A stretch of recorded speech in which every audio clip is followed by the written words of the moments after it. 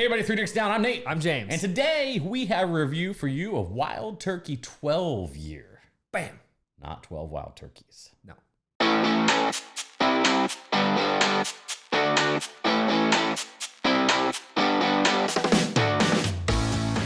Let us waste no time in getting this. This is Wild Turkey 12 Year 101. It is export only, can only be found in Japan, if I am to be believed. Or duty-free shops when traveling to and fro Japan, potentially. Right, 60 bucks MSRP, but you probably won't find it for that. Seems like everybody finds it for a lot more, especially in the United States. Up to about $200. Yeah, Ish. Secondary, it's about what secondary is, maybe a little bit higher than that, depends on where you're at. But let us waste no time.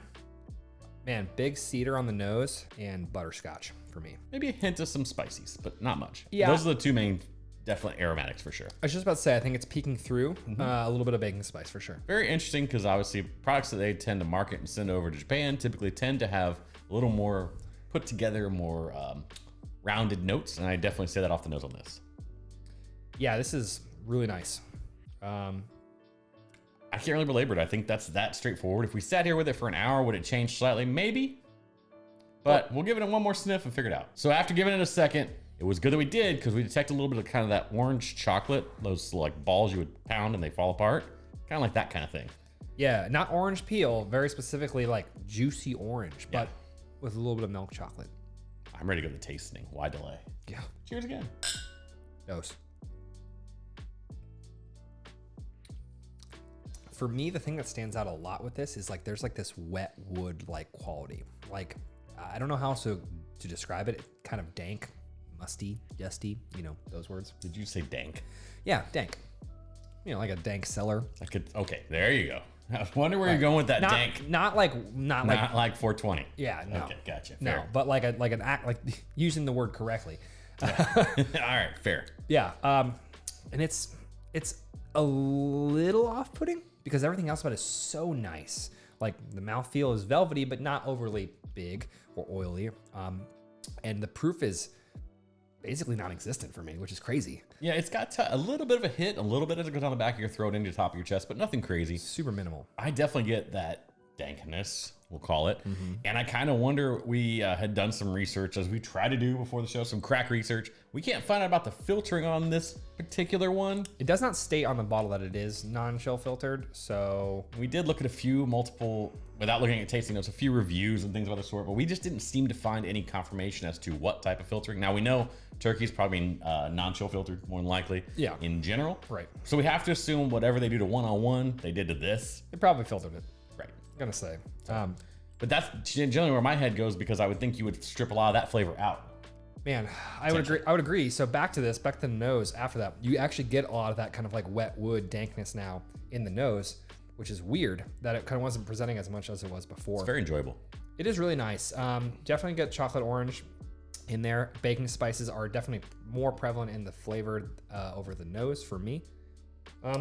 Overall, really enjoyable product. This is a huge step above 101, and we haven't done a 101 review or like a whole lot of, you know, shelfies or lower tier stuff, but I actually quite enjoy Wild Turkey 101. With the second sip, there's a nice creaminess to the mouthfeel as well that kind of really starts in the mid to front mid palate and just goes through the rest of the palate for you. I kind of really dig that because it's not the heaviest thing on the palate. That said, it's no lightweight either.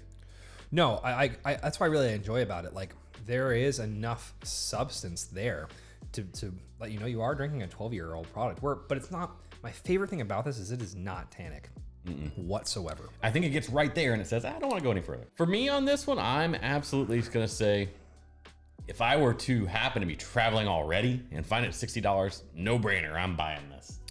Yeah, I purchased it at $150, full disclosure, in Kentucky. So they can be had. Yeah, they can be had. I would do it again.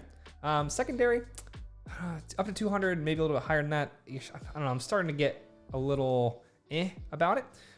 Mostly because of that dank wet wood thing. I think that's the only thing that's throwing me. And it's, the more you drink it, I thought I was going to get acclimated to it and more accustomed to it, but I actually think it's getting more prevalent, which is interesting.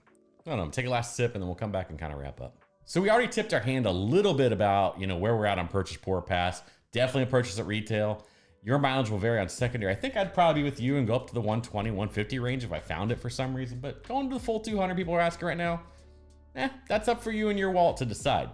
What is the most interesting thing to me about this one is, you hand me this glass just casually and don't tell me what it is, I'm not sure right off the rip I jumped to turkey. There's some signature elements in there, but there's enough of this cedar and this dank wood quality that I don't get with a lot of turkey products. I've had a few Dusties. I don't quite get it there either. No. I've had modern products such as the Russell's 13. I tend to take like the Master's Keep and some of those series out of it because that's a whole different animal kind of. I don't seem to think like I would jump there. I would probably get there given enough time.